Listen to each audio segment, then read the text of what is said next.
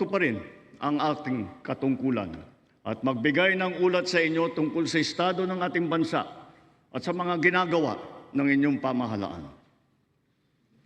1 taon na ang nakalipas mula noong huli akong tumayo rito upang ilantad ang katiwalian na nadiskubre namin sa mga flood control project.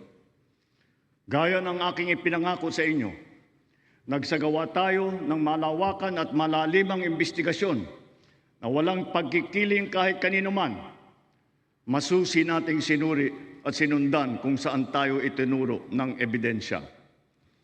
Lahat ng kailangang gawin ay ginawa natin upang matuntun ang punot dulo. Mayroon ng mga unang nakasuhan at nakulong, mga kontratista, matataas na opisyal, pati na mga mambabatas.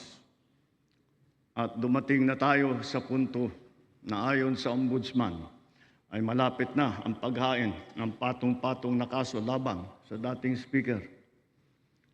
Masakit man sa akin ito, ngunit kailangan nating gawin ang tama.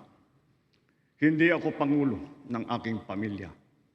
Hindi ako pangulo ng aking kaibigan.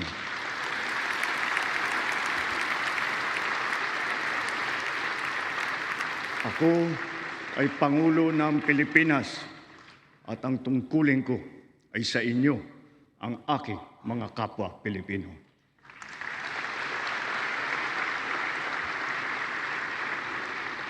Kaakibat ng mga naisampang mga kaso, tiniyak ng inyong pamahalaan na mababawi mula sa mga nagsabwatan ang nakuha nilang pera ng taong bayan. Gayon din, pinigilan natin ang paglabas ng pera ng bayan na ipambayad pa dapat sa mga depektibo, peke o guni-guning mga proyekto at mapupunta lamang sa mga bulsa ng mga tiwalaing kontraktor at opisyal. Halos 25 bilyong piso ang halaga ng nabawi, frozen at napreserbang mga pera at ari-arian ng mga akusado. Ang mahigit 800 milyong piso dito ay agad nating nabalik sa Treasury.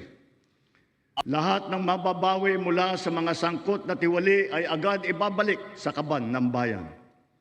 Ipinapaubayan na natin ang pag-uusig sa Ombudsman at sa ating mga pinalakas na National Prosecution Service. Nananalig din tayo sa makatarungang hatol ng hukuman. Makakaasa kayo na ang gulong ng hustisya ay tumatakbo.